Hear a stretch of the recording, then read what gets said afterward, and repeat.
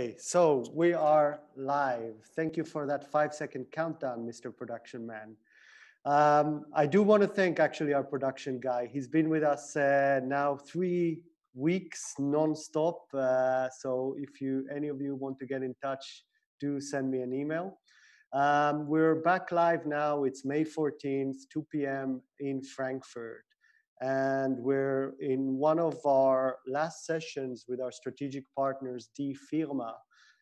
Robert is here to work with Unilogin on their digital strategy, digital communication strategy. Robert, you decide how you want to call it. Yes. But what is Unilogin supposed to get in the next 2 hours? Yeah, we will talk about their brand, actually. We will have a deeper look into how can we attract investors or customers, depending on the objectives for their brand, and how can we get people aware of it. Also, probably a community that is existing or will be there sometimes, I don't know.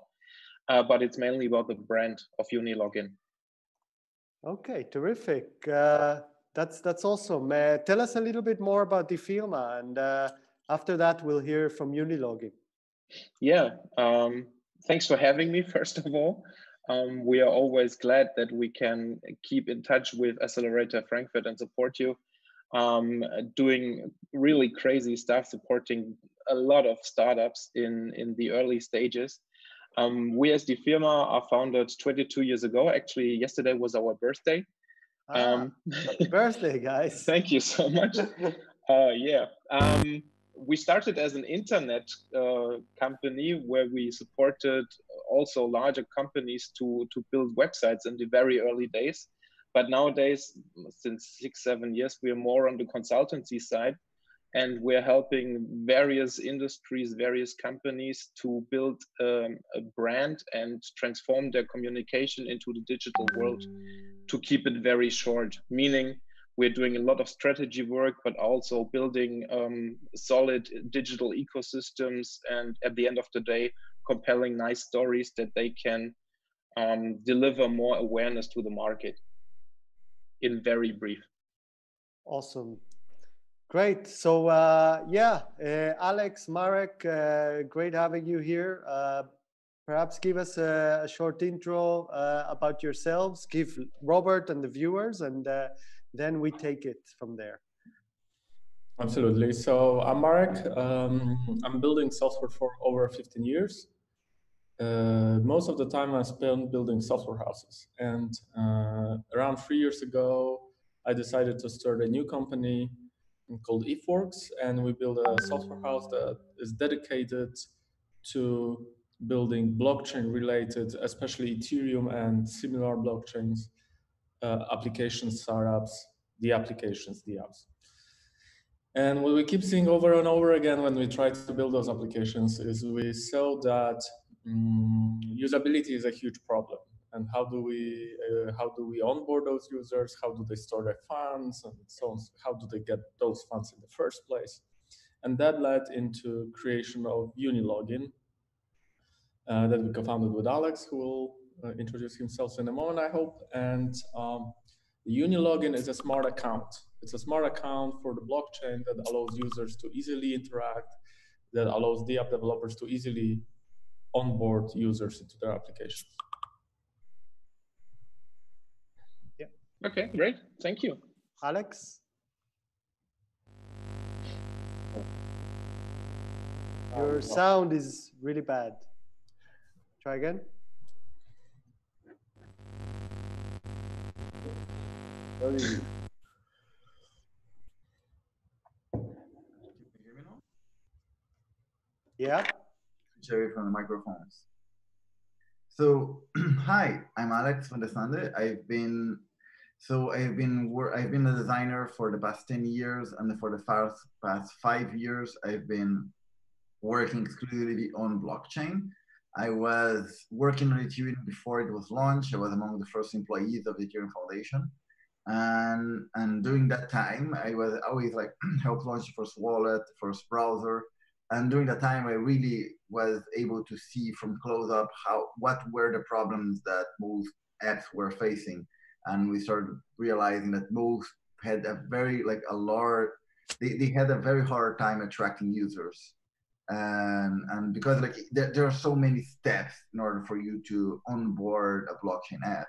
And there were some cool solutions, but they were very hard to implement. And then we decided, hey, we should be able to put all of those together in a way that is very easy for developers to implement, so that they can onboard users quickly without having to spend all the resources only on onboarding.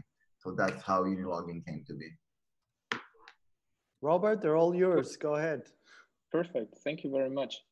Yeah, so we started to talk about your solution. And if you want to get into the market and you want to promote somehow yourself as a company, most of the time you start to talk about your product, which is absolutely normal. But if you're looking to the market and to different solutions, some companies not only selling their products, but also selling their brand. And people get attracted to buy the things, not because of the product itself, but the brand is so huge and so powerful that people are sticking to that brand and are always curious, what is this company doing and what are the new solutions? So I'm trying to give you a certain idea how to develop a strong brand to get people aware of you. And for us, we're trying to deliver stories or to implement stories that people get aware of your brand and therefore your products. So it's bi-directional, more or less. And before we start within the session, it would be great to hear from you. What are your objectives for this startup phase, for this accelerator phase? What would you like to achieve mainly? So I guess we don't have that very well precise the objectives for the accelerator itself and the short term. Maybe I will start with the long-term vision and then we can kind of step back. That would be great, yeah. So the long-term vision is we would like to be the company that brings Ethereum or blockchain, wider speaking, to the masses, to the mainstream, by onboarding them into different applications. And we are at the stage now when we have don't really have our product finalized, but we already have our first integration with some of the more or less recognizable brands in the blockchain space. So our one focus is to finalize the product, which we need still a couple weeks to do so. And the other is to get as many high level integrations as we can and gather the feedback, implement the feedback, and everything looks good. Then within, let's say, a quarter or so, we move into scaling. Okay. Or if there is more feedback that we need to work on the product, we'll keep working on the product. So my answer to that would also be so we decided in the beginning of the year we started doing fundraising, and we got we were going good, but then we hit a brick wall with the pandemic, and we went okay, so maybe we should settle down, slow down, look at ourselves, and then find another way to present to customers. And I think the Accelerator Frankfurt presented this perfect opportunity to do that. The ability for us to take a good look at ourselves, slow down the fundraising process, and really try to not only do this, but find new ways to reach a new public, a new audience, and new investors. And I think that's something very interesting. Okay, cool. Then it's a little bit clearer for us what to focus on. I shared the link to the Miro board. I don't know if you have received it. Should be in the chat of Zoom. Can you see it? See? I don't see it. I think maybe yes, there was nothing. Wait, I'll send it again, guys. Hold on. Oh, yeah, cool. Thank you, Ram. Yeah. So as this is a workshop session, we are doing a little workshop online. This is why I prepared this Miro board so that we can put some sticky notes to different fields. Okay, I'm in. Perfect. So perhaps I will share my screen so the viewers can see what's going on, and you guys just work on the internet. Or do you want to share the screen because you have a presentation? Yeah, I can share as well. Okay, go ahead. I'll make you anyway a co-host. That's nice. Okay, now you should see my screen. Yes. Perfect. So we just started to talk about objectives, and as far as I understood, fundraising is a little bit slowed. So we are more focusing on the customer side. Whoever the customers are, we will talk about that specifically later on. But what would be objectives customer-wise?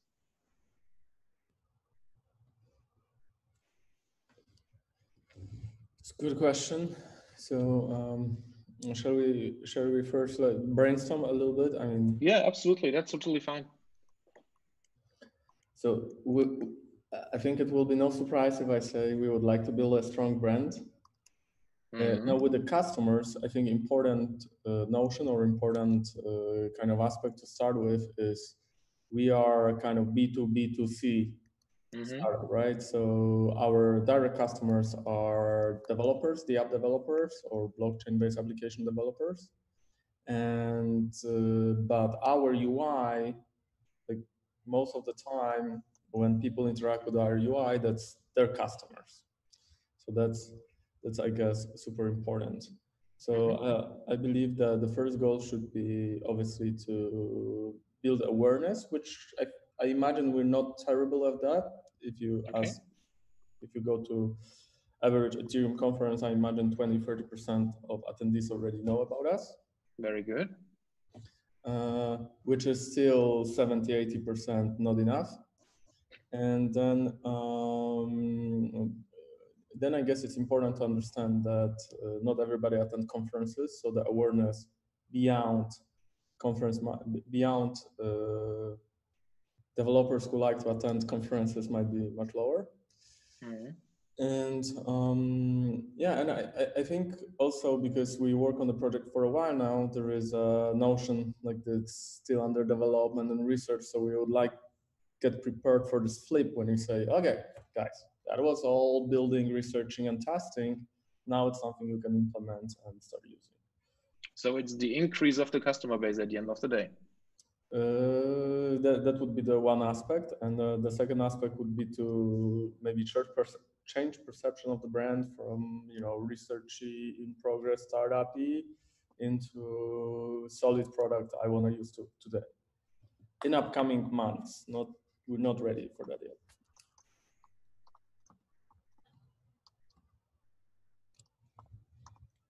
Alex, anything to add?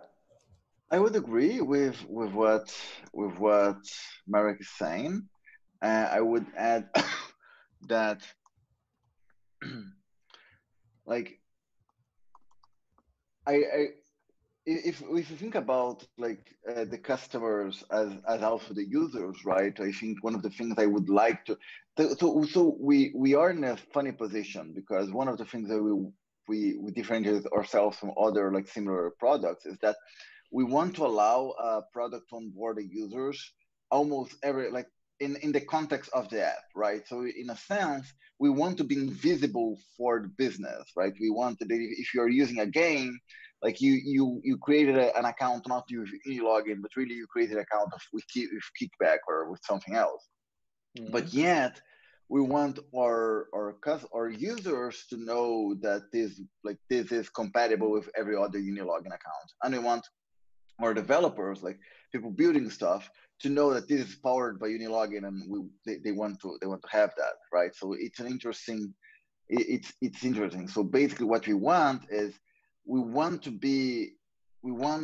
app developers to know this is like the app to build if you want to reach all of those customers, all of those users, and we want users to think, oh, this is the like once you have that account, this is all the apps you can use with Unilogin, right? So it's sort of hard in that sense. Yeah, it's absolutely hard in that terms because you have two different kinds of target groups.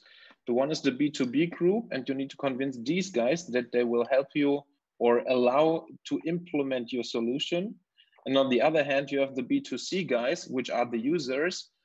They at the end need to use your solution and probably pay for it, right? Exactly. Our customers are always the business. It's sort of like the end users are what we are selling to the business in a sense, right?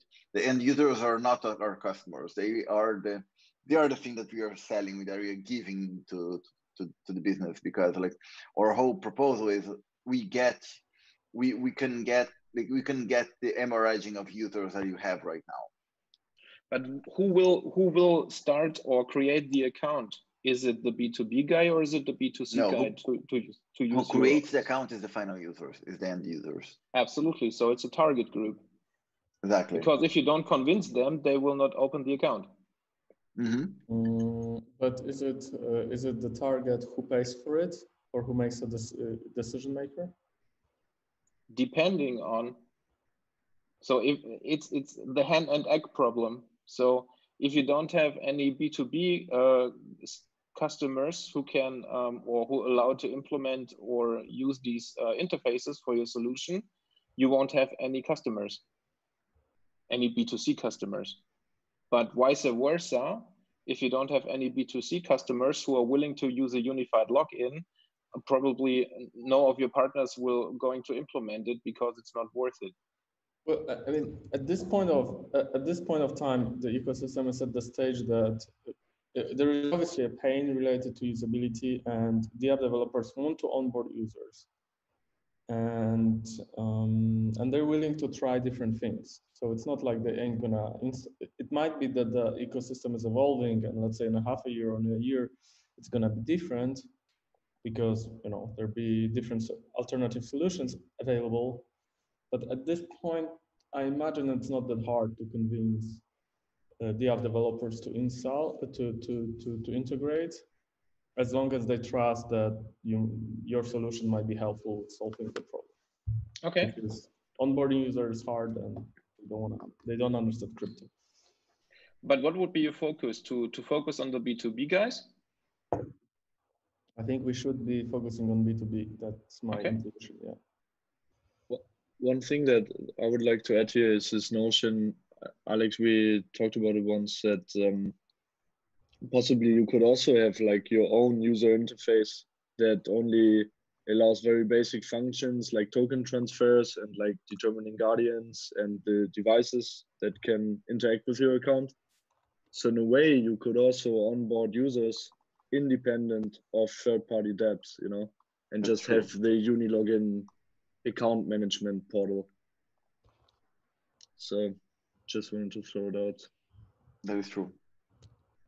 Absolutely. But as you can see, there's already a different kind of messaging when it comes to talking about your brand, because you will approach the B2B guys totally different in terms of integration and all that stuff versus the B2C people, where you're more talking about usability and how seamless and easy it is to use the different accounts.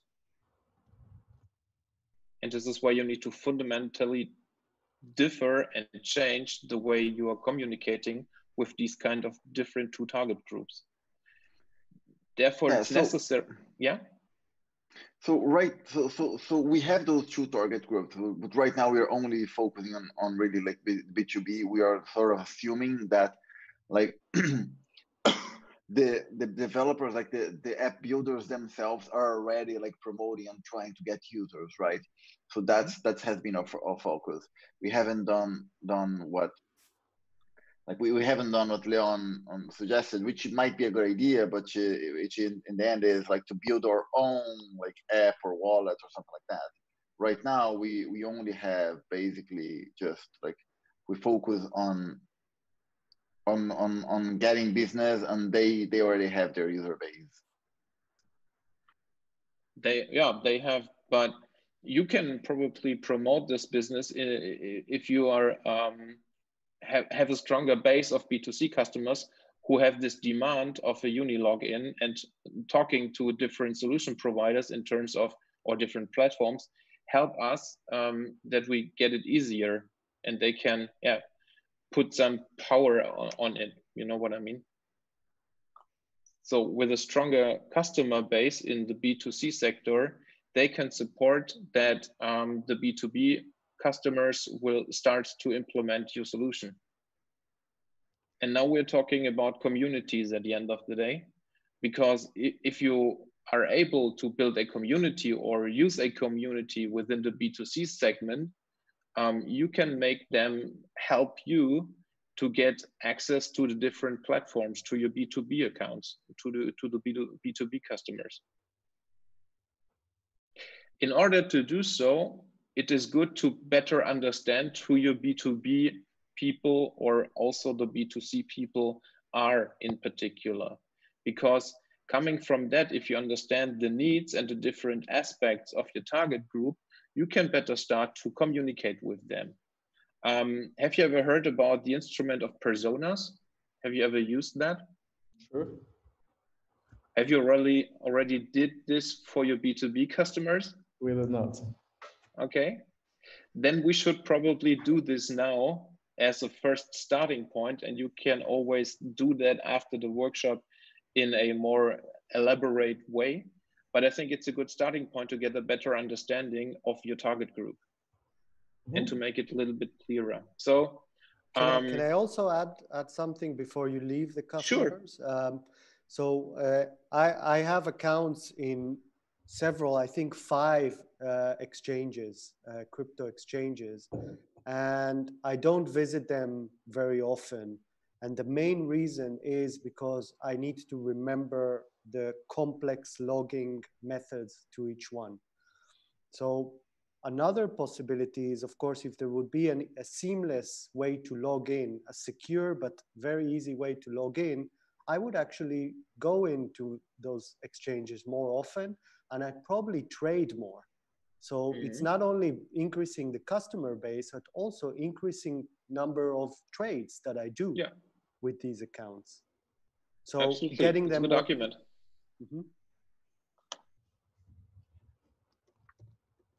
Okay, let's have a deeper look into this target group of the B2B sector, which are the developers, right?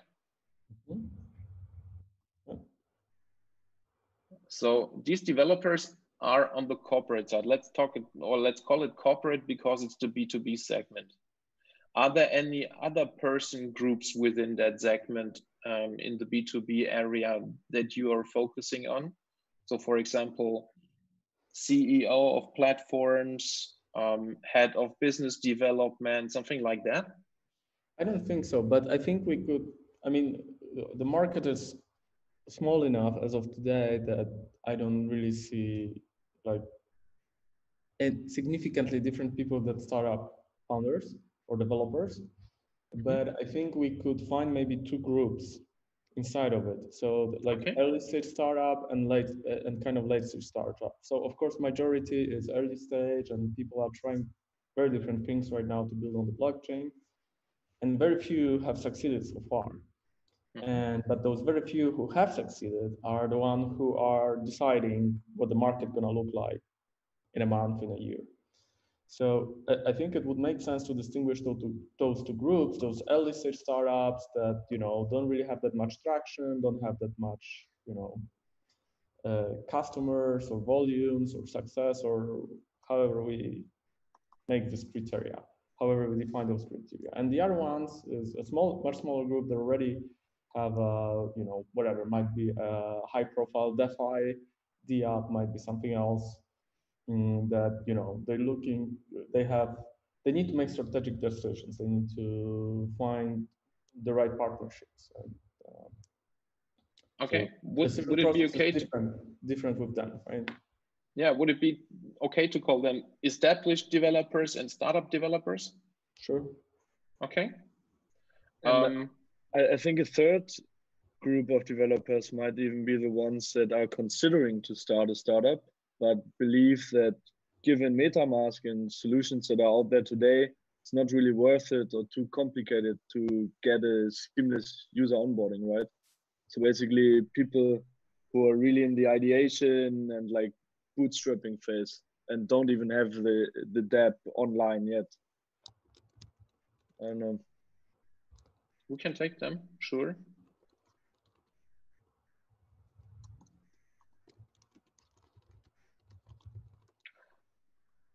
Which one are the ones who would like to focus most? Which are the most promising?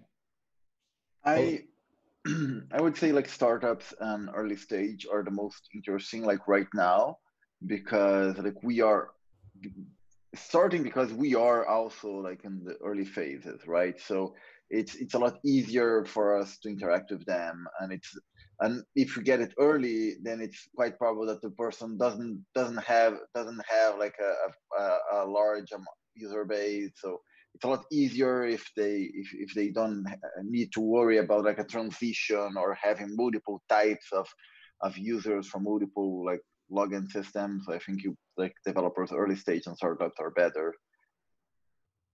And okay. In early stage, Alex, I would like to let's discuss it for a minute, because because it's true that we're probably not ready to attack the big brands, although we're talking to some of them with fairly good results. But the question is, do we want to, because then it's a huge group, but if we attack those already established startups and we just convince one or two of them, that's enough for those other to follow, right? Right. And we should not prepare for what we want to do next week, but we should prepare what we want to do next month or in 2 and 3 months, right? So it feels like when it comes to branding strategy, we should definitely be. Does that make sense to you? For me, absolutely. I would focus on the established ones because they have the highest possibility that you will scale, because they have the customer base. And as you said, if one or two of the larger ones are starting to cooperate with you, the others will probably follow because they see that there's a certain demand.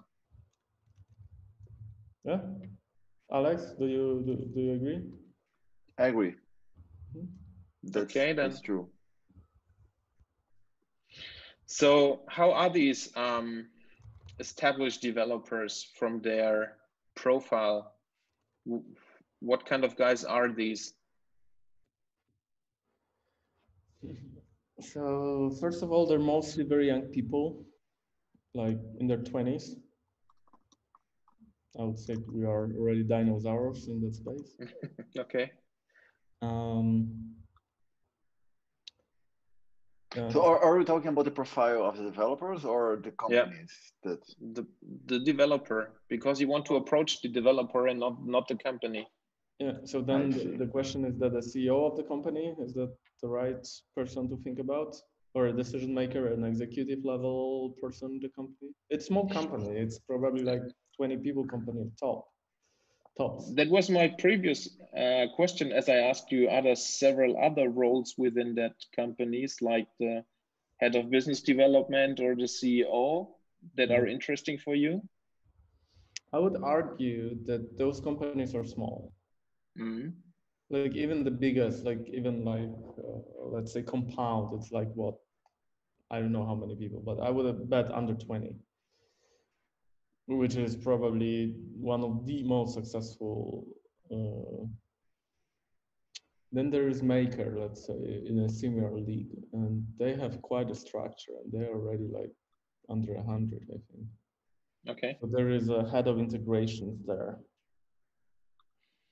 All right.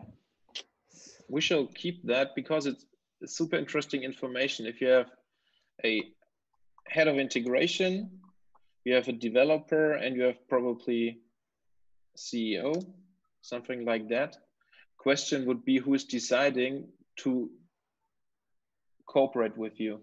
Is it the head of integration? Is it the CEO? Or is it the developer who says, well, this is a cool solution, let's work with it? So it's either CEO or it's CDO, and that's going to be a common case. And rarely, maybe it's going to be some weird role like head of integration. Okay. So but I would imagine head of integration, like the decision is probably still made at the C level, I believe. What do you think, Alex? Well, it depends, right? The decision, let's migrate all types of like all logins will be only Unilogin. That's a C-level decision. But if the decision is, hey, we have already a few onboarding methods, let's just add another one, that can be done by just a single developer. That has been the case with Know the Safe, right? Know the Safe was just like one guy that decided, hey, I want to integrate also, like it's easy to also integrate Unilogin, so let's do it. Okay. Have you ever seen the B2B buying center, how that looks like? So there are different roles within the company. And for example, this developer could be the guy who is bringing you into this company. So it's a so-called influencer. The head of integration is the one who probably will decide if your solution is worth working with. So it's a certain gatekeeper. And the CEO or CDO is at the end of the day the decider who will say yes or no, we will do that, also from an economical perspective. This demands that you have to target these different kind of persons with a different messaging house and with different arguments and with different topics. Because, for example, this developer will be very open for all your technical feasibility information, all the technical data, all the stuff. Whereas the head of integration will probably ask you, what about security? How did you do that? How about your architecture and all that stuff? And the CEO, CDO, he will probably ask you, what is my economical benefit? What is the customer base that you are able to deal with? How can we share our interest in all these stuffs? And to attract them, you have to approach them with different information, different messages, not only with your product data. Makes that sense for you? Absolutely. So where might be the biggest hurdle for you? I guess you might have very good access to the developers. What about the other two roles? So that's interesting, right? First, like the CEO, CDO decider, I would say like they need numbers that we do not provide at this moment, right? We do not keep track. Like we don't have, like if they ask, oh, how many users have you onboarded or what's the drop rate? Those are unfortunately numbers that like those that we have the metric are not like beautiful numbers, right? We don't have like we've onboarded 1 million users. So that's those are numbers I'm not sure. Like all we can offer them is show the experience. The head of integration, the security guy, there might be so that's something that like we focus by focusing on making the onboarding as easy as possible. We make some decisions that will make some of the accounts a little bit like a little less secure, right? So it's not an account made to hold like $1,000. It is for an account made to hold $5 at the moment, right? Yeah. And so there will be some questions from the head of security that we'll probably not be a fan of. Which is super important to analyze this because you need to be prepared with certain arguments for that. And if you're thinking about these target groups, it's like a more or less level model. If you see these guys over here, you get the access from the left and you make them interested and tell them, hey, we have a cool solution. If they are convinced, they can promote you in the next level at the head of integration. This would be the next level you have to convince with all the security aspects and all that stuff. And then you have the next level, which is this guy. You have to convince via the numbers. As long as you don't have any numbers or something like that, you need to either be a good actor or, on the other hand, try to convince him with a good picture and a good idea of what you are able to provide at a certain time or period of time. It also goes vice versa. So you can also think about approaching the decider first and make him aware of you as a brand, which is far more powerful, and then have the buy-in from him going down the steps to the different guys and convince them, which is then far more easier because you have the buy-in from that guy. True. I think it makes sense. I imagine in most of the cases, it would be just part of that path. So that would be probably, I don't know, 5, 10 top companies in the space that you actually have to go through the whole path. But then those are the companies we want to go after, obviously. And then yeah. Yeah, and because these companies are very small and not that hierarchical, there's also a direct dialogue between these two guys, and not only, or not necessarily with the head of integration or something like that. Or the CEO, CDO is also a developer. You don't know, but you have to figure out before you approach a certain company, what is the certain role of this guy or the girl that you're talking to? Because this helps you then to find your arguments and to convince these guys.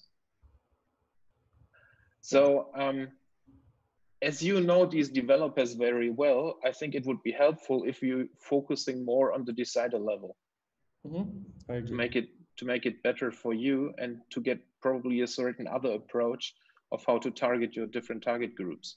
So how is this CEO, CDO?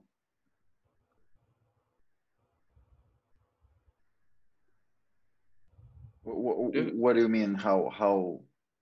What is the profile of that person? Is it starting probably with the age? Is he or she also in their 20s or probably a little bit mature, more? Well, like it varies a lot. I've met a lot of CEOs in their 20s. I think most of them are like 30s to early 40s because it's there's no like $1 billion company yet, right? So those even like more established companies, they are like just startups, right? They are all startups in a sense.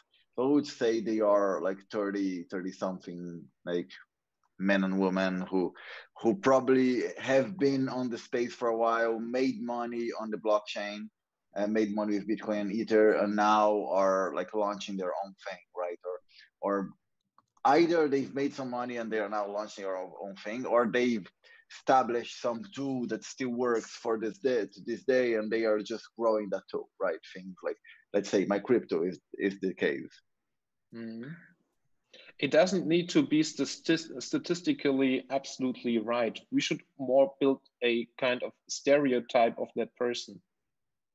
So my stereotype would be that someone in their 30s or early 40s that like made money on the blockchain and decided to let's say go in an adventure, or someone that just built something very early on and that something has just grown and grown and grown and it became a company, right?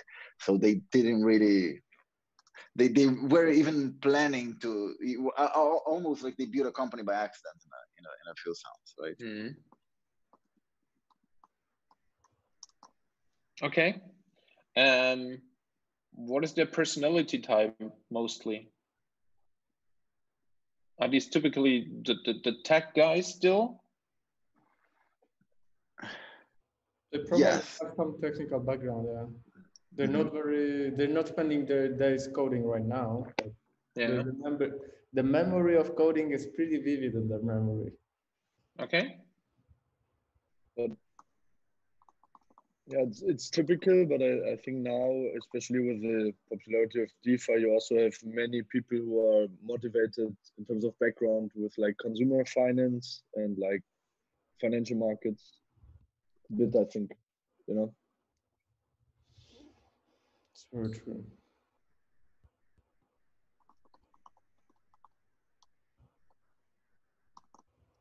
Okay. What would be their motivation to get in touch with you, to talk to you, to be interested in you? Well, they want to get more users. They want to go beyond blockchain. They want to build a product. They want to go with a product beyond the blockchain space. They want to sell it to average John Doe.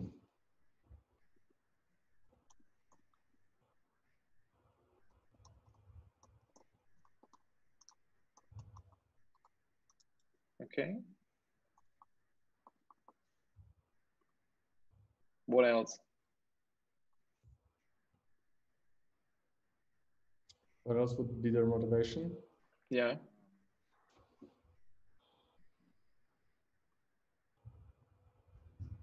Just that. I mean, it like we are sort of about talking like the features of the product in a sense, right? Because we could say, oh, maybe he wants to like he has a token that he wants the users to use, but that's really those are things that we are sort of talking about, like the features of what the product does, isn't it? No, it's not about the product. Probably there's some more other motivations. So economically, sure, he wants to have more users, but probably wants to have a significantly lower fraud rate or something like that, or he wants to enhance security aspects or anything else, user experience, all these things which are helpful for his product. Definitely user experience, I would say, no? Yeah, user experience is definitely the one. But is it a stronger motivation or a better kind of way to phrase the problem? I'm not sure.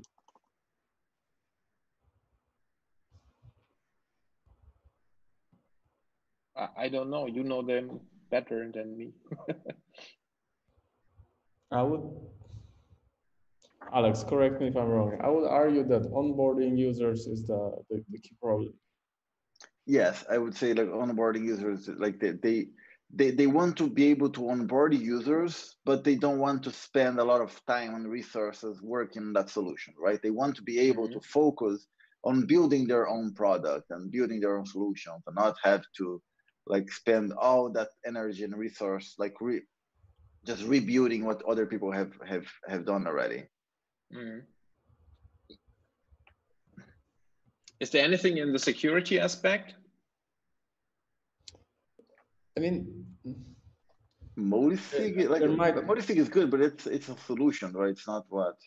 There might be, because someone told me an interesting problem with the blockchain is you don't know who to call. There's no customer support for blockchain. Right? Yeah.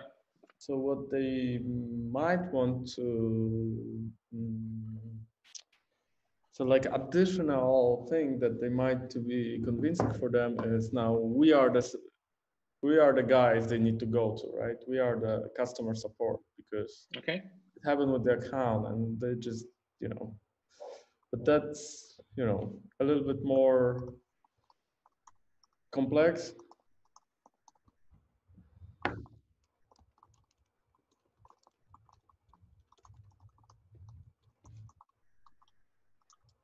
Okay.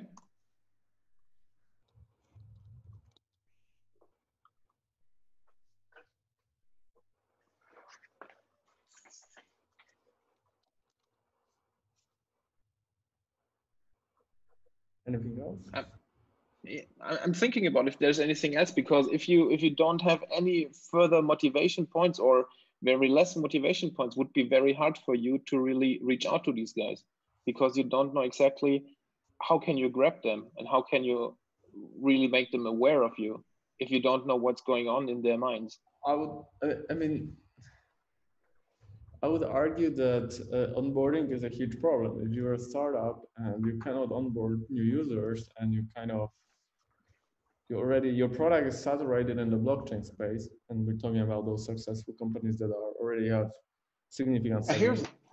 Here's an interesting one, but that may be a little bit like a repetition of they want to go beyond blockchain.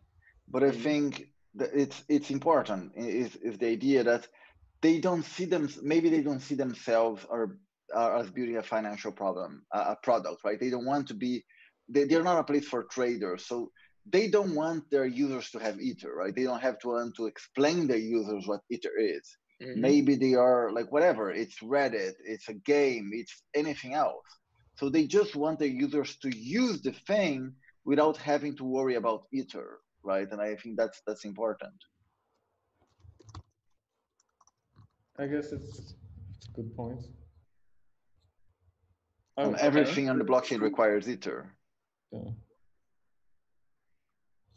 But I would slightly disagree in the sense that most of the solutions today have financial use cases, and especially the ones that already build some traction. So in the end, it is indeed about Ether and crypto assets, right? I mean, that's what the user's managing, but it would be cool to be able to start like with a credit card on-ramp, or like use, like also create more room for blockchain applications that are not finance focused, but only data focused in a way, or like voting or something. For these cases, I mean, it's optimal that they don't need the Ether.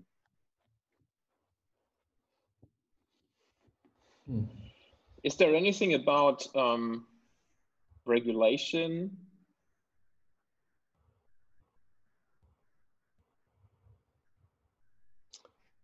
I mean, there is a regulational aspect, but it's not like we're changing anything for those CEOs. Regardless of your solution. Come again? Do they have to, regardless of your solution, just from a viewpoint of the motivation of the CEOs, do they have to deal with any struggle with regulations or all these different kind of things? Well, so definitely there's at least two main categories of regulations that are a challenge. One category is who is storing the money. So if it's MetaMask, then obviously users store the money and their hands are clean, and they can. There is the customer support aspect of it, right? I lost my money, you took my money, and then no. Money was in your hands, and yada yada yada, right? So there's this kind of dynamics. And they could decide to store those accounts for the users, but that would be very legally challenging. So what they're doing instead is they come to us, or they come to some other solutions that allow them to delegate or outsource, or you name it, the custody, right? So there is no motivation in a sense in comparison to MetaMask. But if they would like to build something on their own, then it instantly gets much more complex. Okay.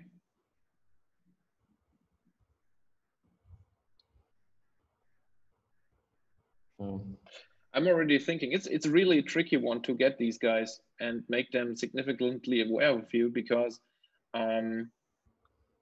first probably we can talk about the touch points.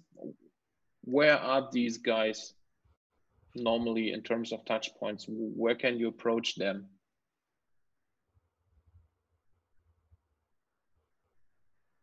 What are they using? We can, I guess we have at least a couple of channels we can try to reach them through. So they're probably present at least at some events. And at least some of them. Okay. And I think we should be able to get them through our network as long as we feel the proposal we have for them is solid, right? So there are probably people that don't have a lot of time, so they only want to spend time with us as long as the proposal is solid, right? Or we can get to them through developers or head of integration. So the company via influencers. What do you mean by your network? Well, like we already know a bunch of people in the blockchain space. I think like Twitter and etc. Right? And Alex is a celebrity, so. I'm not a celebrity. He probably like have half of them are following Alex on Twitter. Okay. I'm not exaggerating.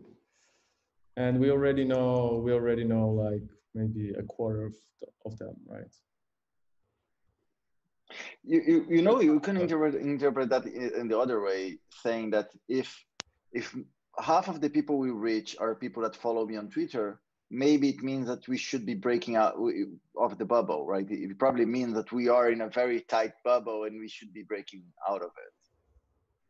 Depending of if someone out of the bubble is worth dealing with because it's a potential customer for you. Exactly.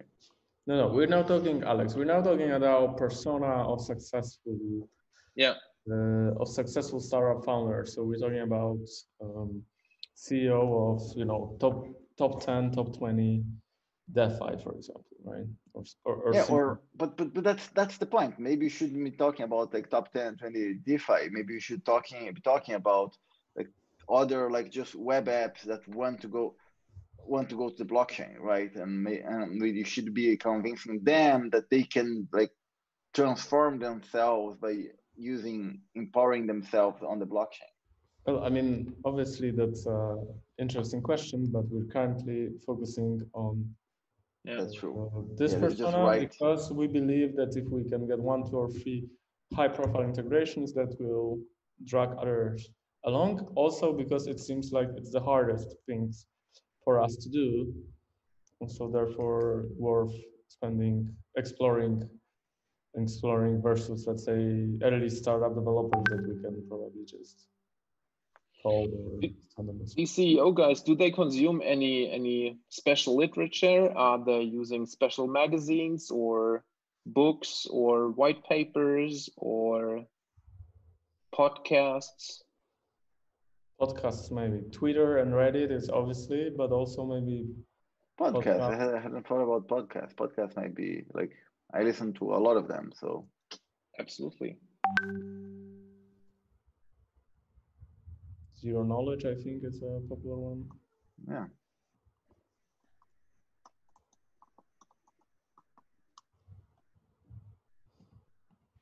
Okay.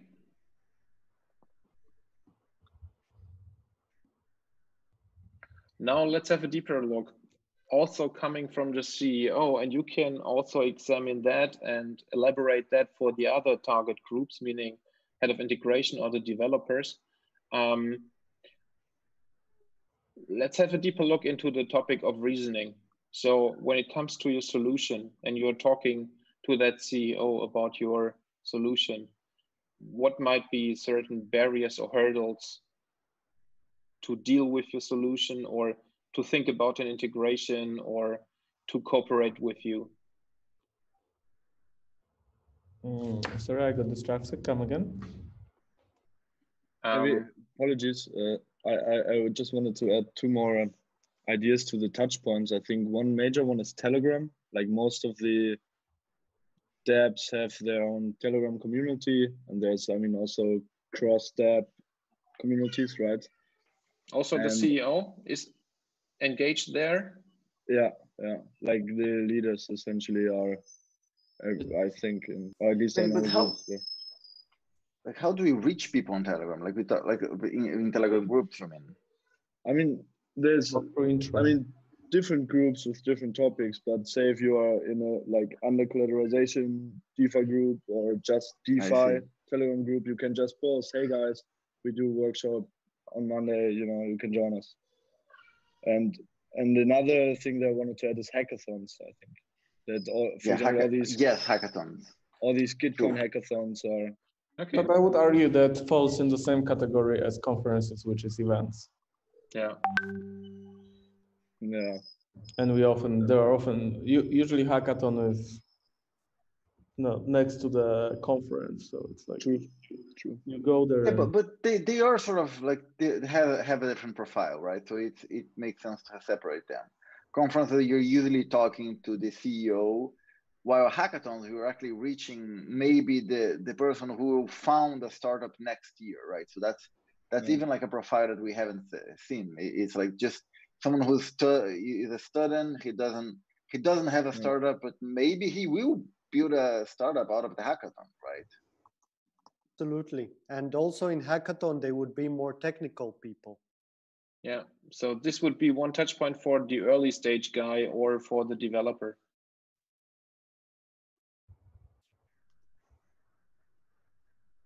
I think so, yes.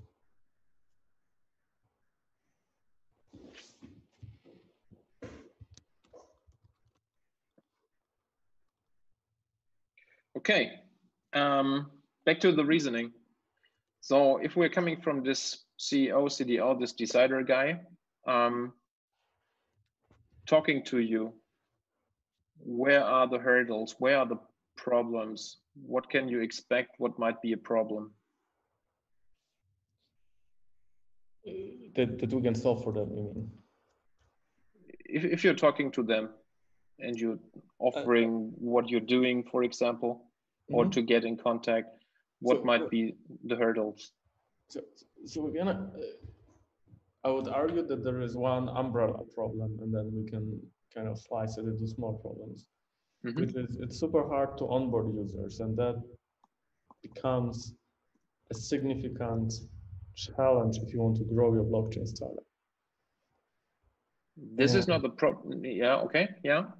Okay, well, shall we rephrase it then? Yeah. How would you, give me a hint, how do I rephrase it to make it a problem? No, it's totally fine. This is one problem, but this is an inherent problem of that guy that he has. It's more a motivation to find a solution. But if you are targeting now this guy, what might be a problem? If you're talking to them, from my point of view, the first thing would be, sorry, you don't have any track record. Your company is super early stage and you don't have a product ready. Oh, you mean the problem that we have convincing people? Yeah, okay. Absolutely. Because this is super, it's super important for your communication because you need to be prepared for that. Yeah, I agree that could be a problem. Another problem that I think that's obviously the biggest problem, Yeah. And we are, of course, can mitigate it because we already have some important integrations. Also, one of the biggest problems is our solution secure, to which we can respond. We're using rock solid smart contracts that were already verified, audited, Basel field tested, and so on and so forth, right? And already storing millions of dollars. So that's a mitigation. That's not a problem, obviously.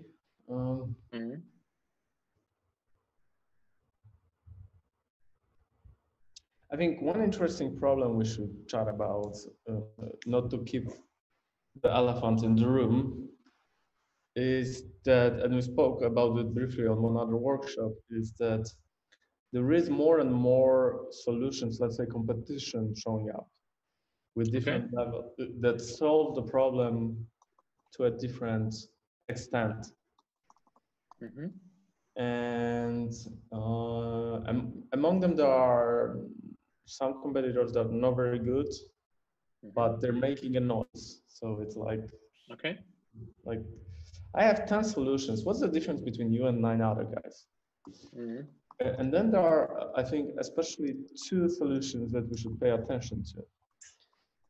One is kind of centralized solution. So what we try to avoid at all costs is being centralized. It's storing the money of our users, because then we take responsibility in the first place. Yeah. But okay, maybe users would like us to take responsibility. But secondly, by introducing centralized entity that stores some money, it kind of contradicts the idea of the blockchain in the first place, because it was supposed to be distributed, right? And which is fine. We can have elements of centralization, but we want to be user in full control of their funds, and at least at any point of time they can detach from the central point, or any point of time if there is a failure in central point, their funds are safe. So, but there is so that is a very interesting point to drill on. So there is So people were waiting for solution for so long, and they were so frustrated. Then when the good enough solution showed up, they say, okay, whatever, you guys are building your stuff, but those guys are here. Let's do that. You know, in 2 years, we see what's gonna happen. So that I think might be one problem. That might be one problem that is non-trivial. Okay. Well, I guess the second non-trivial problem is there is another team building a solution similar to ours, and it's kind of in a similar position as we are. It's kind of still under development, but it's already integrated in different places. So Isn't that the same as more competition showing up? Yeah, but I would just drilling on the details. And that might be a second kind of problem. They say, okay, but you are like those guys, right? What's the difference? Yeah. But those two, so there's, let's say, 10 competitors, out of 8 not very interesting, and 2 kind of coming from 2 different backgrounds. One is just good enough, and another one is kind of like a kind of similar. Okay. So I'm not sure that's the thing that as like a high frustration waiting for a solution, but something that I've heard from people is like, oh, I've seen your talk, Alex, like 2 years ago. What happened? Why are still like why is it taking so long, right? Okay. And I think it's interesting because we are like in a position that we are saying, oh, it's basically ready. We can like onboard users. But then people say, yeah, but I think I saw you say that like last year about a slightly different project, right? Which is something that we have to like overcome, right? The idea that no, I know that we've been talking about the solution and presenting it as a prototype, etc. But now we are ready to ship. We are ready to use it. Let me put it like this: solid storyline. No solid storyline. Yeah. Interesting way to put it. Yeah, this is probably the lag that you're also experiencing from now. How are you communicating with these people? So if you're very product oriented, you're always talking about technical details and feasibilities, and people are constantly asking you, how are you, how far is the solution, when are you starting to present a final solution and all that stuff. But if you would have started to argue, we are in a research phase and we are trying to build the most powerful solution for a certain specific problem, and we don't know yet how a product looks like, it would be another story. But then we always want to move to the next. Obviously, they will always want to get there and communicate that we're ready, right? So that's absolutely. But it's also expectation management with these people, because it's also about your credibility. Yeah, that's becoming okay. Yeah, that's a classical Google Glass problem, right? They build a fancy prototype, do some marketing around it, then the prototype turn out not be that good. Yeah. And everybody call it a failure, right? Right. So it's a question of communication, how to introduce it to your certain peer groups, your communities, and all that stuff. And this is the exact way how you're approaching then when you have a final product or something like a proof of concept or something like that, how you approach then these different roles. Are you talking to the CEO, we will have a product soon, and you then probably will not have it? Or we are looking for a partner to team up that we bring it to the end of the road.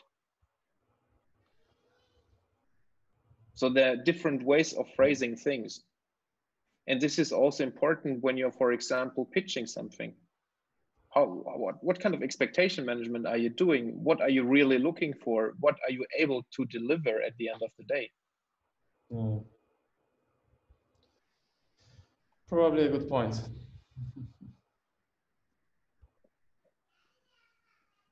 I'll put it. We did over communicate readiness a couple points.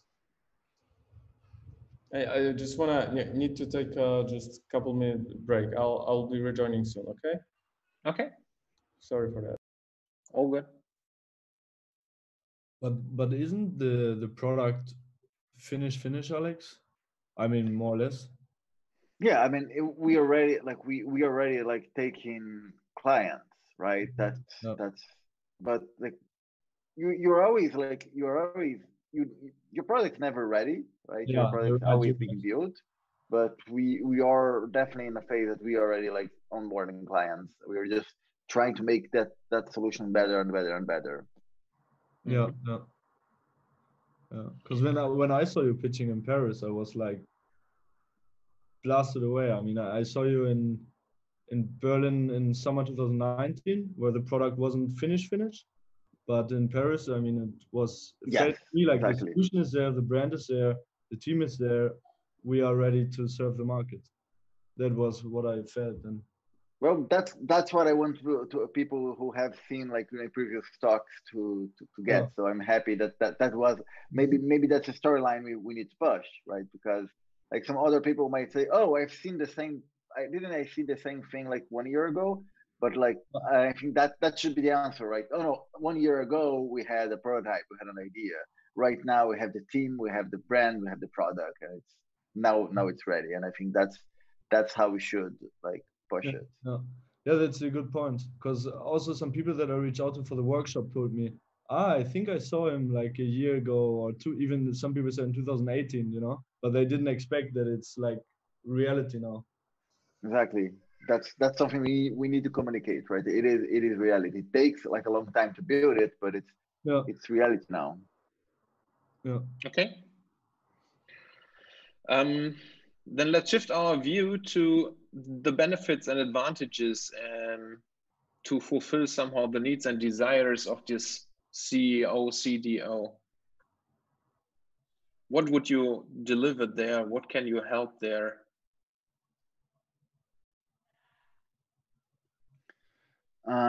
But what do you mean? What are the aspects that you can, at the end of the day, deliver that will help this person?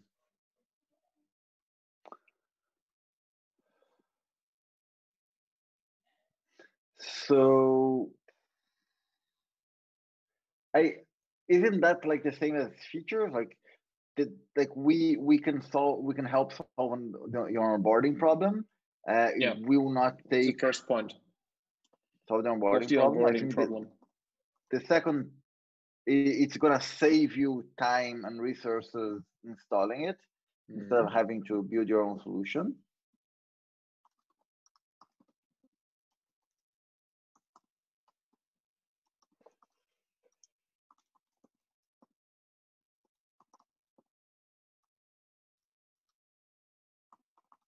Okay.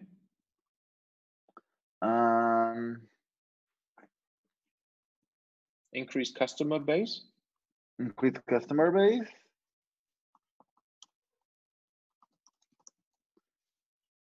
Actually, like we also help open up like new business models, because now you don't need Ether, so you can use other tokens, or you can even like have a subscription. So it basically allows you to have other types of business models. Okay.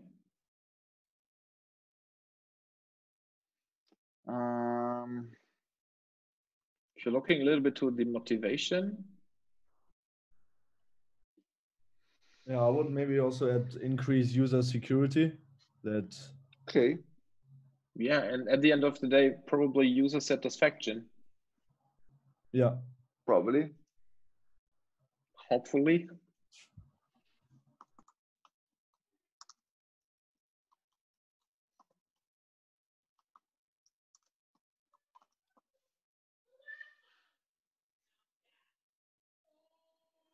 Yeah, convenience, guys.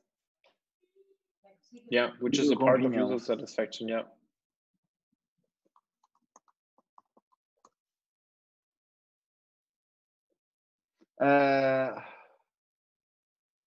It should increase the user security without making it custodial, I think. Oh yes, I know. So reduce the liability of that your company have in customer funds, because now they are in control. You're not in control anymore. So maybe that's in holding customers' funds. Mm-hmm. Somehow regarding Alex, maybe you help me how to say it, but the recovery, you don't lose your keys anymore. Isn't that inside user? Yeah, it's sort of like user satisfaction, convenience, and security. But that's true. Like you offer more ways to recover access to an account.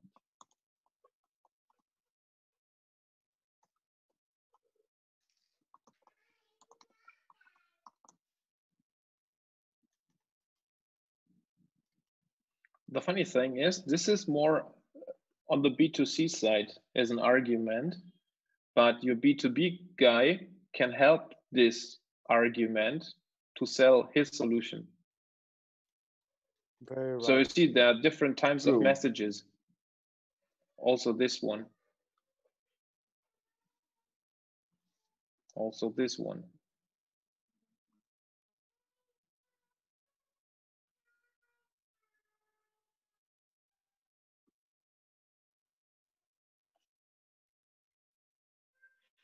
So, oh, sorry. This is the B2B2C approach there. Yeah.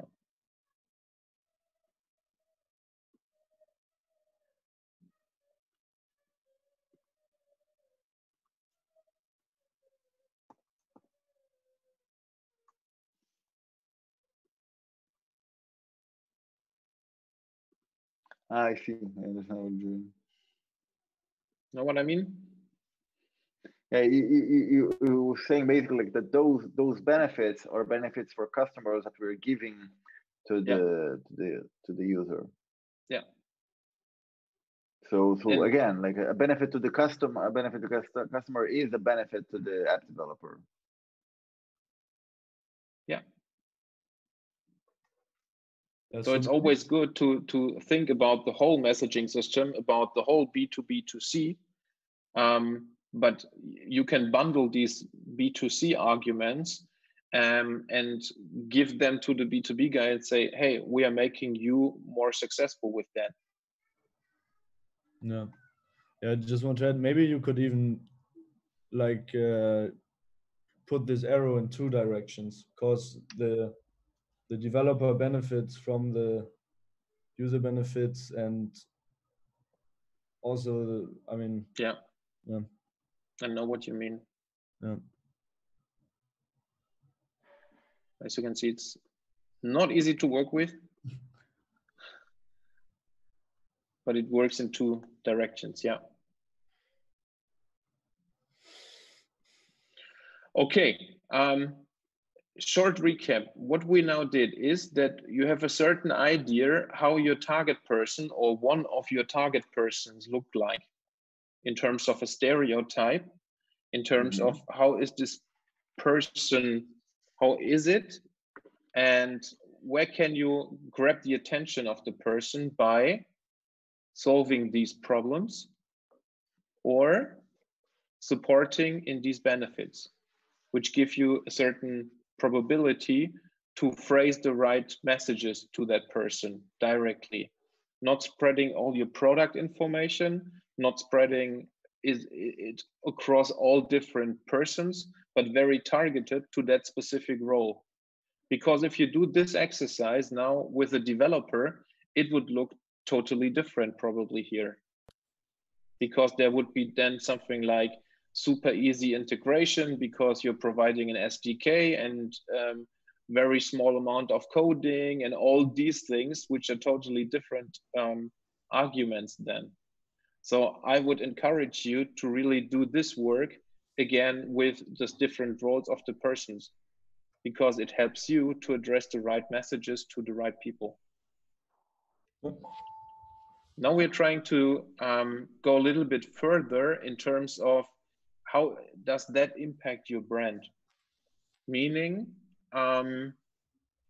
how should people get aware of you, and what is your identity as a company? And for that, let's first think about how a world in 5 to 10 years will look like, regardless of your company, probably in circumstances of blockchain and all these things, probably financial behavior. How is your vision of the world in 5 to 10 years? So first of all, I would say that we want like blockchain to be boring, right? We want things to be powered by blockchain that are not blockchain apps. So those are just things that are part of the infrastructure. Like blockchain is invisible in a sense. Okay, so it's like electricity. Yes, like databases. Like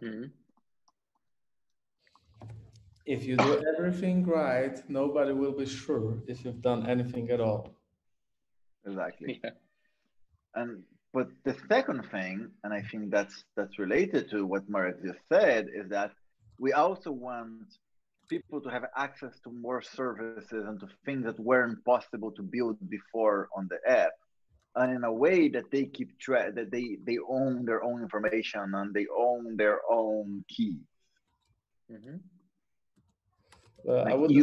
Users own.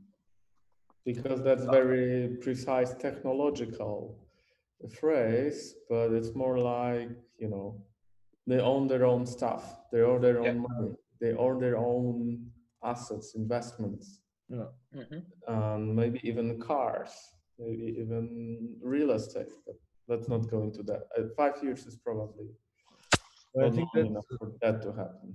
That's a nice way to put it, that people own their data and their money with maximum security.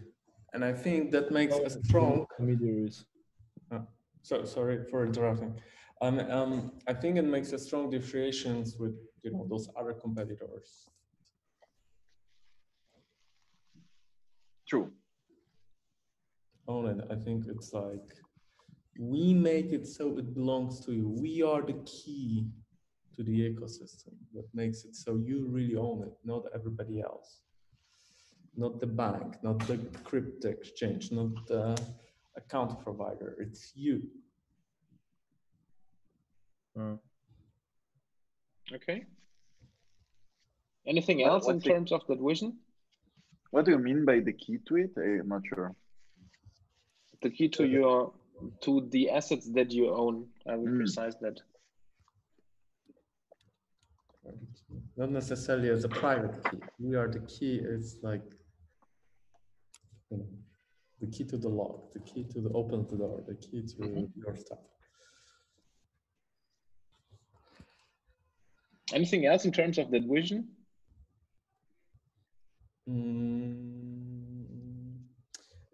Let me tell you, I'm not sure how strongly related that is, but let's say I imagine, and that was like 2 or 3 years ago before the whole thing started, like I imagined having like all my assets.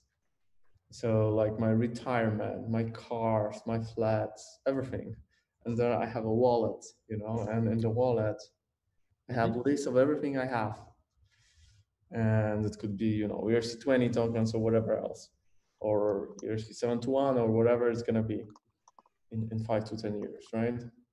And I know, like, I basically have my net worth summary at the bottom, and I can like, doesn't necessarily mean I can, you know,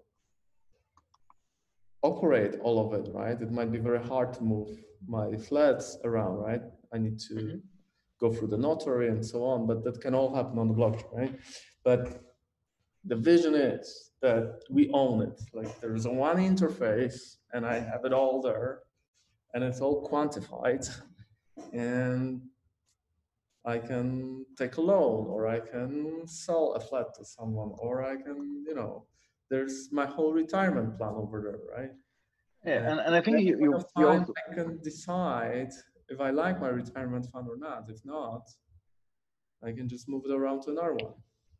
So in a sense, I think what you're saying is that there is universal access to financial and other products, right? Universal meaning that anyone, anywhere, right? Like you're a small kid from Nigeria, you have access to the thing, to like a solid foundation for trade and commerce and finance. And I think that's really. And we call it uni access.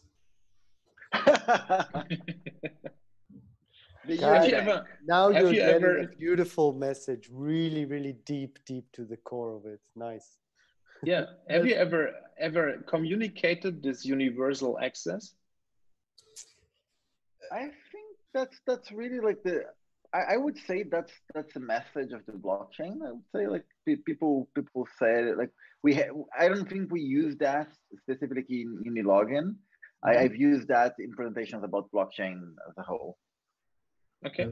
Now imagine if you are starting a pitch, for example, and you're starting with that we are Unilogin. I will explain to you what we are doing. Or reverse the order of information. You are delivering this picture of universal access to financial information for everyone. This is your vision. And how is Unilogin contributing for that? You are the key. And now you have you have a totally different approach to the people. Because if they stick with that picture and that vision and say, how cool would that be? Let me be part of it to deliver my data into it. It's totally different. And you can prove and emphasize how you will leave the dent in the universe in this scenario, in this vision. So in a sense, what we are saying is like, look, the world that we want in 5 to 10 years is one that anyone, anywhere in the world has access to the best finance or information, or like they have they have access to the best financial instruments that you can do. But the only way that we can do that is by making sure that everyone owns their key, that is non-custodial, that is not a single person in charge of it. Because if there's a single person in charge of it, we won't get there. Like we won't get to do that, because then we come back to states, we come back to custodial things, we come back to regulations, right? If you want to do that, you could only do it in a way that is custodial, but that is non-custodial. But the only way to do that is also in a way that we are not going to be able to teach 1 billion people to be their own key manager, like how to actually like use proper cryptography. We can only do that. We can only have 1 billion people being non-custodial if we make it very, very, very, very easy in a way that they don't need to think about blockchain. And that's what Unilogin does. I'm very thankful that we are recording this session, because you just gave your pitch intro. That's the story. Yeah, that's the story. Very good. And with that story, you get the access to the people, because they are identifying with your company, because they have the same idea of how the world will look like, and they will have probably the same identity, and then they find it very interesting to cooperate with you. So it's not about your product, but you're putting your brand into the focus and the middle point.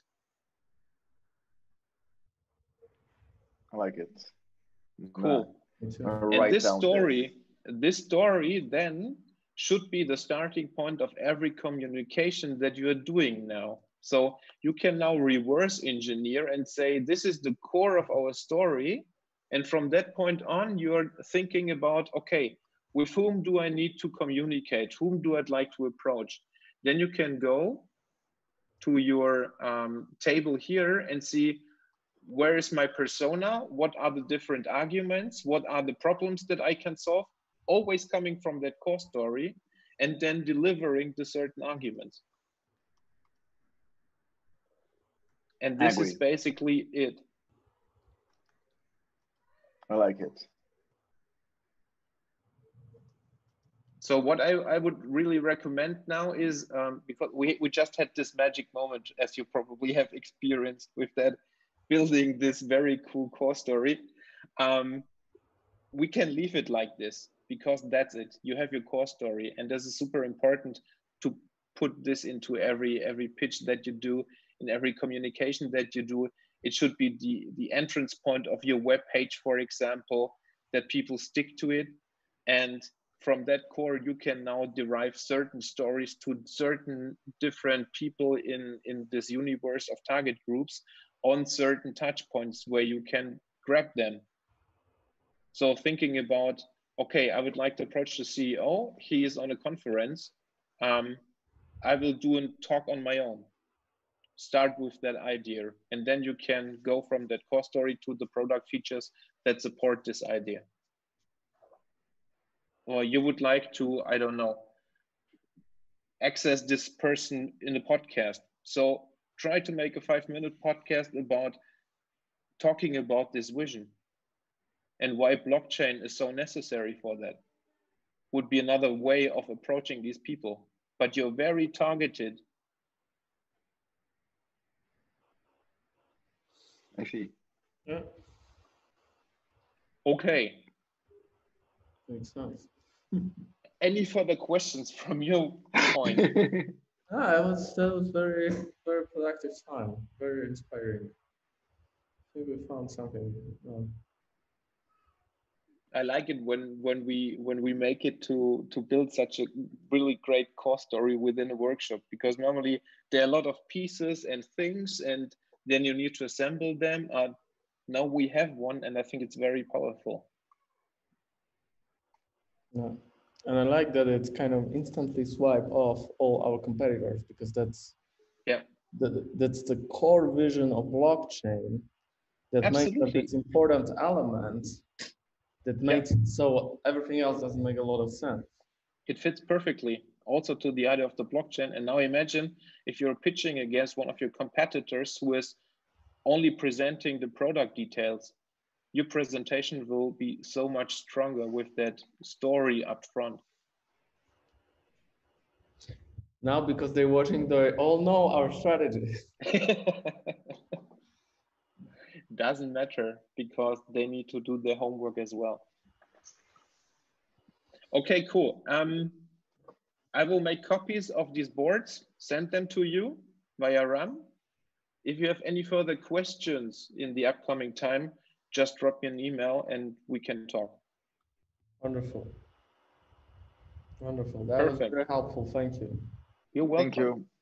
Excellent. I think the challenge now would be to take it and put it in a few words, probably less than 10 words, and then you have it on the website, on the deck. But I recommend, Alex, that you revisit the YouTube video. We'll post it on YouTube, the recording, and check it out. As you were giving that speech, I was texting Leon to don't disturb him. He's having the aha moment now, you know. So awesome. Robert, as always, really amazing. Thank you. You also helped Accelerator Frankfurt come out with our vision, which our mission statement is that we love attracting passionate people and help them grow, because we like to be surrounded by passionate people. And definitely you can see that Alex and Marek do have a passion in what they're doing. And when this comes out, it's unstoppable for sure. Absolutely. Great. Perfect. Thank so you I will connect you guys over email. I'll send you the material, and let's work on it. We have less than a week for the demo day, but beyond the demo day, let's make Unilogin this vision for sure. Thank you all for joining. Thank you. Thank you. Thank you. And have a good day. Have Tim, a great one. Take us to commercial break, please. Thanks. Hi, I'm Alex Manesande. I am Brazilian from Rio de Janeiro. Fun fact about me, I was in the Robinhood group that tried to save the DAO from when that happened. Why did I become an entrepreneur? So I founded Unilogin And the reason was mostly we saw how hard it was to onboard people into crypto, and we believe that there should be a way that people, that users can get into crypto and not have to download MetaMask or Chrome extension or a seed phrase. And like we knew that somebody needed to solve that problem at some point. I realized, hey, maybe that person should be me, right? And then I met Marek and we created Unilogin. I hope that we can, like, from Frankfurt, I'm very happy to be on the Frankfurt Accelerator. And I hope that it's a way for us to weather the storm together, right? I think we are trying to fund, we started a motion to fundraise before the pandemic, and then like the world just changed and we are like, oh my God, what we do now? And I think this is a great opportunity to lay down a little bit, to focus on just building the startup, learning, making new contacts, meeting great new people, so that when the weather sort of passes, we are still out there and we can focus on just growing the company like we want to. Thank you.